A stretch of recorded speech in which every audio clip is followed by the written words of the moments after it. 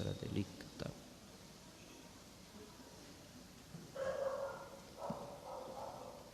Filhos, a palavra de Deus nos apresenta hoje 3 exemplos de generosidade.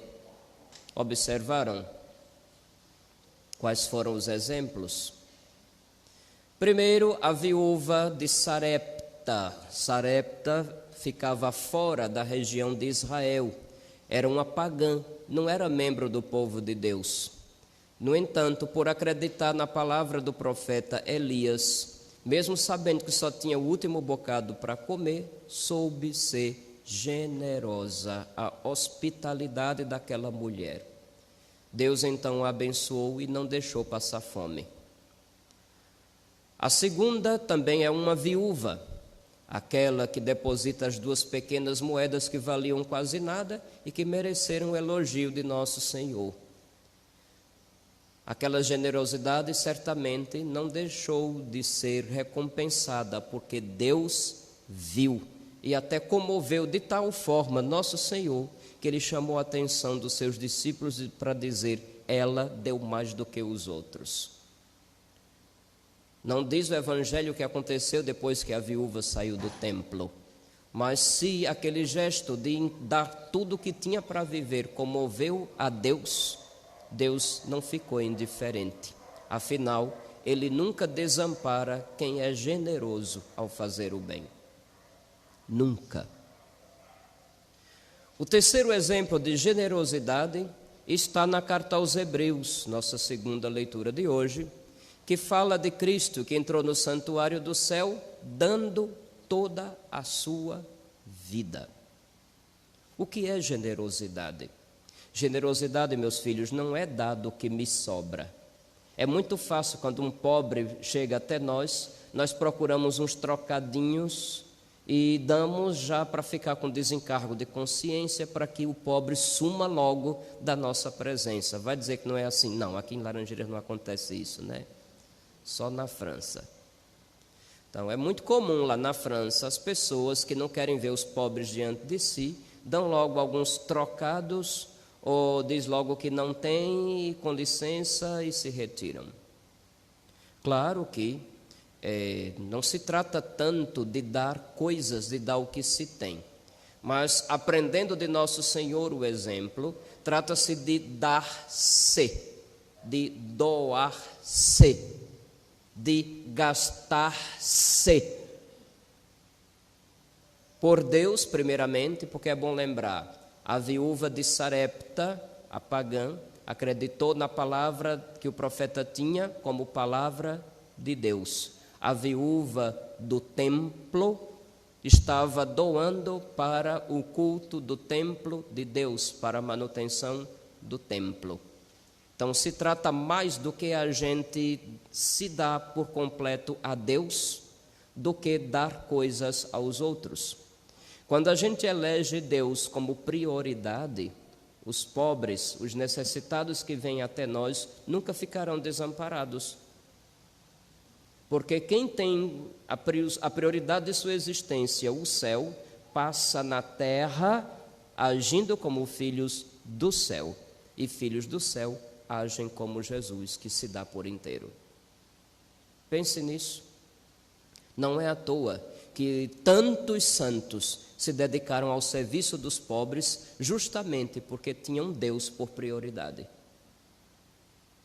Não precisa ir muito longe na história. Santa Teresa de Calcutá, a famosa Madre Teresa. Muita gente dizia que ela era fanática, porque elas desde cedinho já estavam na capela rezando. E às vezes passavam 3 horas inteiras dedicadas à oração. Uma vez alguém foi dizer que não seria mais interessante se mais da metade desse tempo já fosse ao serviço para com os pobres? Pode ter certeza que gente que faz esse tipo de crítica não é capaz de doar 5 minutos para os pobres. Isso não é novidade. Vocês lembram lá no Evangelho? Toda Semana Santa a gente lembra isso, da unção de Betânia, ou já esqueceram? Maria, irmã de Lázaro, despejou um vaso inteiro de perfume de nardo puro, muito caro, sobre a cabeça e sobre os pés do Senhor. E teve alguém que disse assim: não seria melhor ter dado aos pobres? Estão lembrados? Quem foi que disse isso? Vocês lembram? Judas, o traidor. Então, quando vê uma pessoa, digamos, dizendo assim, que esperava mais do fulano, que já está se doando, pode ter certeza que essa pessoa que está dizendo, eu espero mais, está pouco, não oferece nem mesmo o mínimo para o serviço do próximo. Observem se não é verdade. Ou será que aqui em Laranjeira as lógicas são completamente diferentes do resto do mundo? Generosidade não é dar o que sobra. É muito fácil eu simplesmente pegar uma roupa que já enjoei e deixar para doação. Generosidade é dar o que eu também preciso. E repito, quando temos Deus por prioridade, as outras realidades vão acontecer espontaneamente. Claro que em tudo isso vai sempre haver aquele que vai nos chamar de fanáticos, de radicais, de rígidos, ou principalmente de bestas. Vocês sabem que é assim, não é? No mundo onde as pessoas são cada vez mais egoístas e consumistas, qualquer um que seja generoso vai ser taxado de imbecil, de besta, de idiota, de perda de tempo, nunca vai ter nada na vida, nunca vai crescer na vida, ou nunca viram algo desse tipo. Talvez esses que dizem tudo isso pensam igual àqueles da primeira parte do Evangelho que mereceram uma reprimenda da parte de nosso Senhor. Tomai cuidado com os doutores da lei, disse Jesus. Gostam de andar com roupas, ele disse aqui, roupas vistosas. A gente poderia dizer hoje em dia com roupa cara, roupa de marca, se cobre de coisas que não tem necessidade. Se eu posso pagar R$30 por uma camisa que me veste, por que eu tenho que gastar mais de 300 por uma camisa também? E assim por diante, não é? Roupas vistosas, ser cumprimentados nas praças públicas. Hoje a praça não é somente a praça, é um ambiente virtual, né? Tem muita gente que está mais interessado em ter curtidas, em ter seguidores, e muitas vezes esnobando, muitas vezes humilhando a quem não tem nada, ou quem não teve oportunidades na vida. Gostam dos primeiros lugares, nos banquetes, primeiras cadeiras nas sinagogas, e dão uma de piedosos falando demais. Eu tenho certeza que quando a gente recorda essas verdades, a gente sempre vai ser rotulado. Normalmente é assim. Quando as pessoas não querem aceitar a pregação, as pessoas focam no pregador, num defeito, se fabrica um defeito no pregador para que a pregação não seja ouvida. Não é? É rígido, é fechado, é duro. Não é bom focar no pregador. Meu discurso de despedida já está sendo feito. O título dele é Esqueçam de Mim. Vocês vão vê-lo.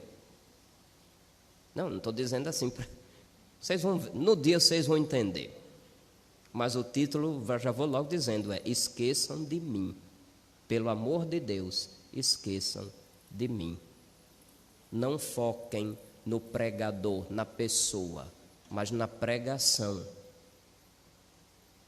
Isso é o principal. Foi claro? Nos rotulam. É verdade. Paciência. Talvez eu seja até pior do que aquilo que comentam por aí. Conheci um padre muito santo que dizia: as pessoas que falam mal de mim é porque não me conhecem, porque se me conhecesse, falariam pior. Pense do mesmo jeito. Mas vamos voltar para a generosidade.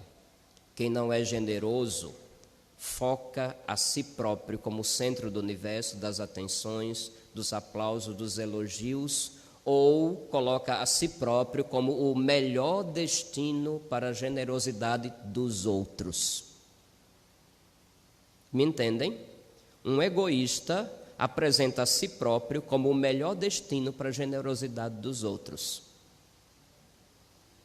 Eu sou tão bom, dê para mim tal coisa, me ajude a fazer tal coisa para mim, e assim por diante. A verdadeira generosidade, meus filhos, aprendemos de nosso Senhor. Esvaziou-se a si mesmo, mesmo sendo Deus, assumiu a condição de servo e deu a vida toda e derramou o sangue todo numa cruz. Se a gente não aprende a nosso Senhor a dar a vida, a gente vai aprender com quem? Mas se nosso Senhor parece um exemplo assim, muito idealizado, porque hoje em dia tem uma tendência horrorosa de dizer que o Evangelho é só um ideal. Algumas vezes as pessoas chegam a imaginar que o Evangelho seja impossível de ser praticado, impossível de ser vivido. Isso é heresia, viu? Tomem cuidado. Mas vamos para outros exemplos concretos que de repente podem nos ajudar a entender mais o que é generosidade. Família. Um pai, uma mãe e os seus filhos. Ponto. Não necessariamente o grupinho de gente que tem os mesmos pecados e defeitos que você e acha que aquilo está legal. Que hoje em dia querem refazer o conceito de família. Família, um pai, uma mãe e os seus filhos. Se não houver a generosidade da mãe, e olha que na maioria das vezes é dali que a gente começa a aprender, que muitas vezes esquece de si mesma para que não falte o melhor para os seus filhos, como é que a gente vai aprender o que é generosidade? Em outra ocasião eu me lembrei que quando eu era pequeno eu pensava que minha mãe só gostava da galinha, da asa, do pescoço e do pé. Porque ela botava normalmente os pratos na mesa, não tinha self-service lá em casa não. Quando a gente é pobre, se não tiver alguém que ponha ordem na casa, sempre vai aparecer um guloso que vai querer mais para si e os outros ficam sem, não é assim? Não, aqui não acontece, né? É assim também? Coisa feia. Pois mamãe, sabendo quantos tinham, somos quantos hoje? Somos 5. Ela botava os 5 pratos e ela mesma fazia o prato de cada um. O PF, prato feito, a gente aprendeu foi em casa. E de repente estava no prato de mamãe, quando ela preparava frango, galinha, ou o pé, ou o pescoço, ou a asa. Ainda me lembro uma certa vez que quando eu fui lá me meter de ajudá-la a fazer os pratos, aí no prato dela, aí eu coloquei o pé e o pescoço dizendo seus pedaços preferidos. E ela deu uma risada. Com o tempo a gente foi se tocando. Mamãe queria que a gente se alimentasse bem. Mamãe queria que a gente estudasse, desse conta do recado. Mamãe queria que a gente fosse capaz de fazer algo de bom, algo útil. Ela sempre dizia que ficaria muito triste se deixassem inúteis no mundo. Por isso que nos ensinou a fazer tudo dentro de uma casa. Lavar, passar, cozinhar, faxinar, tudo. Tudo. Tem alguém olhando com cara de espantos. Minha mãe era de roça. E dos 9 filhos, 7 homens e 2 mulheres, ensinou-nos a fazer tudo. Porque ela sempre, me lembro uma vez que um irmão mais velho que eu, ouvindo a vizinha dizendo, meu filho não vai varrer não, porque isso é coisa de mulherzinha. E meu irmão inventou dizer isso dentro de casa, para quê? Olha a lapada. Teve. E eu me lembro que mamãe disse assim, tem que aprender sim, e aqui não tem negócio de ser coisa de mulher ou não. Primeiro, vocês não vão ter mãe a vida inteira. Segundo, quando casar, não tem que transformar a mulher numa empregada. Terceiro, eu ficaria muito triste se botasse um inútil no mundo. Uma mulher de roça, que só estudou até a 4ª série. Tem que ensinar, viu? O pior machismo é aquele que as mulheres passam para os homens, as mães passam para os filhos. Isso é ridículo. E olha que minha mãe era do século passado, viu? Não era tão moderna como algumas mãezinhas que querem ser as melhores amiguinhas dos seus filhos. Estão estragando. Então, é dentro de casa, é numa família que a gente aprende o que é generosidade, que a gente aprende que o outro também precisa, que a gente aprende a ceder espaço a outro, que a gente aprende a dividir um carinho ou uma atenção de pai ou de mãe, porque a atenção será dada ao filho que naquele momento estiver mais precisando, mas no dia seguinte pode mudar as necessidades e ela pode precisar dar atenção a outro e não mais àquele. É por isso que famílias generosas, de muitos filhos, famílias numerosas, fazem bem. A gente aprende a gente tem que dividir as coisas, às vezes até as roupas, né? Quando o irmão começa a ficar do mesmo tamanho, chega, eu que tenho que sair ali, teve um problema no sapato, me empresta o teu. Mas vai ficar com chulé. Aí eu olhava para o outro como se fosse diferente teu pé, né? E assim a gente dividia tudo. E aprendeu a ter noção do que é vida em comunidade. A gente aprendeu a não ser egoísta, a não ser o umbigo do mundo. Filhos que são únicos ou que são mimados demais, aprendem a enxergar a si mesmo como um umbigo do mundo. Isso é terrível. Na família nós temos a oportunidade de aprender a ser generosos.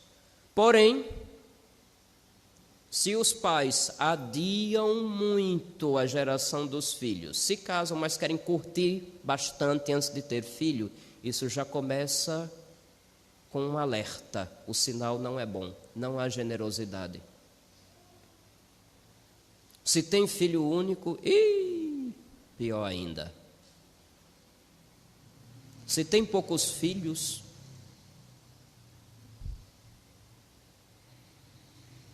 entendem que sempre é bom na vida de família ter irmãos? A gente aprende, querendo ou não, a não ser que pai e mãe sejam ausentes, sejam uns irresponsáveis e acham que simplesmente pagar as contas e fazer a feira já se dá o amor por descontado. Não é assim que deve ser. Generosidade é a palavra do dia de Deus para nós hoje. Meus filhos, nesse mundo a gente só vive uma vez. E inclusive está dito na carta aos Hebreus hoje, capítulo 9, versículo 27.